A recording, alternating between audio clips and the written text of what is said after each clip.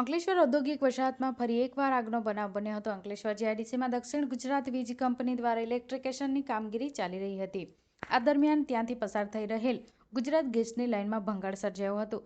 ભંગાણ સર્જાયા બાદ એકાએક આગ ફાટી નીકળતા દોડધામ મચી જવા પામી હતી. બનાવની જાણ થતાની સાથે જ અંકલેશ્વર ડીપીએમસીના ફાયર ટેન્ડરોએ ઘટના સ્થળે પહોંચી આગ ઉપર કાબૂ મેળવ્યો હતો. આ તરફ આગ લાગી તે સમયે નજીકમાં પસાર થઈ રહેલા 20 વર્ષીય મહેશ વાઘેલા અને 12 વર્ષીય સંતોષ સોલંકી દાઝી જતા તેઓને સારવાર અર્થે ખસેડવામાં આવ્યા હતા.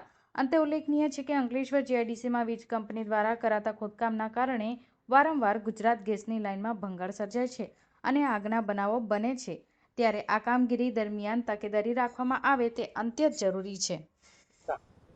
અંકલેશ્વર હાઉસિંગ એસોસિએશનના પ્રમુખ અતુલ માકડિયા આજ રોજ જીબી અને જીબીના કોન્ટ્રાક્ટર અંડરગ્રાઉન્ડ ગટરનું જે કામકાજ ચાલુ છે તે સારું કામકાજ કરી રહ્યા છે, પણ આજે ચાણક્ય સ્કૂલ પાસે જે જેસીબીથી ખોદકામ કરી અને ગેસની લાઇનમાં આગ લાગી.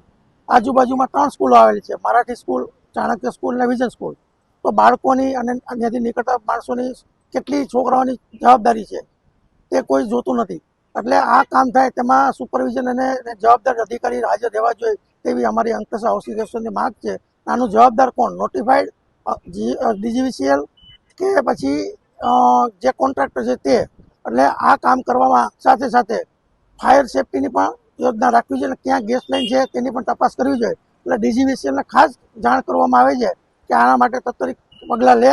અને આજે ડીજીવીસીએલમાં જાણ કરી તો એ લોકોને હજી કોઈ વસ્તુની ધ્યાન જ નથી. તો અમારી અંકલેશ્વર હાઉસિંગ એસોસિએશન દ્વારા જાણ કરવામાં આવે છે, પબ્લિકની સેફટી પણ સાથે જોવે અને સારું કામ કરે છે તેના માટે પણ અમે આમાં કોઈ રૂકાવટ નથી કરવા માંગતા.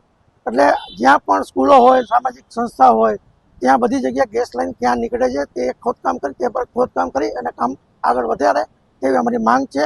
આનો જવાબદાર કોણ છે તે અમારે જોવાનું છે.